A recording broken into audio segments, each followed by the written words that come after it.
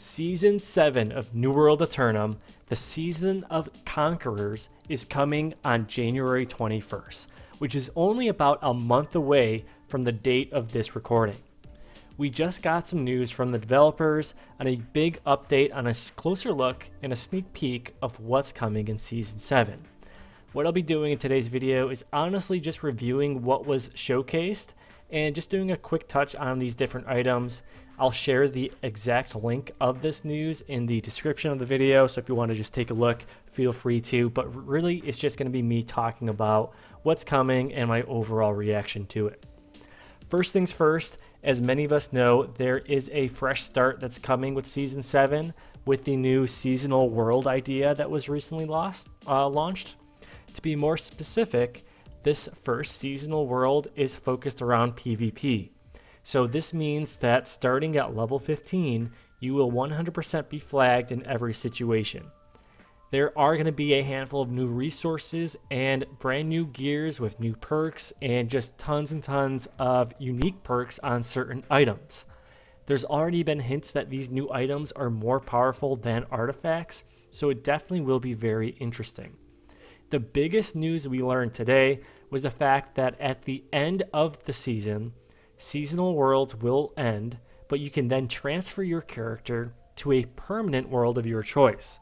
So what this means is that essentially all the time and effort you put into that seasonal world is not a complete waste. If you wanted to, you can probably just transfer it over to wherever your main character is, send over some resources, and then there you go, you get something out of it. What I'll be interested to learn more about is what exactly happens with these new resources and unique powerful perks and gear when you do transfer your character. I would assume those items will disappear because those are specific to the seasonal world from what I understand, but again, time will tell on what exactly happens.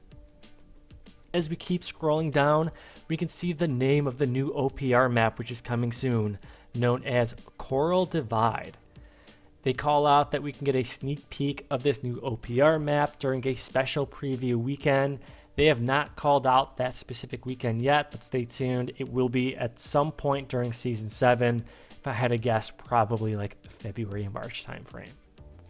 Next up, M3 Expedition upgrades. They have explored a little bit more about the overall rewards of M3s and made it more worthwhile actually doing. They called out that you can now use basically one gear loadout across all M3s. You don't have to worry about specific elements in different expeditions per week, which will definitely just help the overall PvE experience a lot. You don't have to worry about dropping gold week over week just to kind of do certain expeditions each week. This is probably the most important part here. There will be upgraded rewards regarding better loot. We're gonna have to wait to hear more about what exactly this means. There's certain challenges, I guess, associated with M3s as well, but again, we don't have a ton of information on what exactly you can gain now from M3s. There are some bug fixes for certain expeditions too. AI movement stuff, not super important, so we're just gonna keep scrolling. This is the good stuff. Artifacts. Collect powerful new weapons and gear. There are 7 new artifacts with unique abilities coming to the game. We also get some more info on what exactly they do, which is huge. There's going to be a new Void Gauntlet. Heal 100% more health and deal 50% more damage with Essence Rupture. And you can just see that, you can unlock it by doing XYZ. There's a new Life Staff. Grant minus 30% damage absorption with light touch after casting a life staff ability.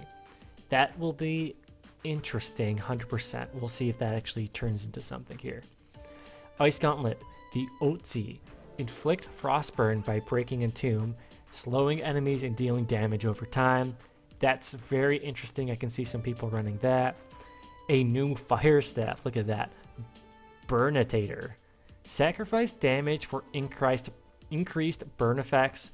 There's a 15% over 5 seconds. That's huge.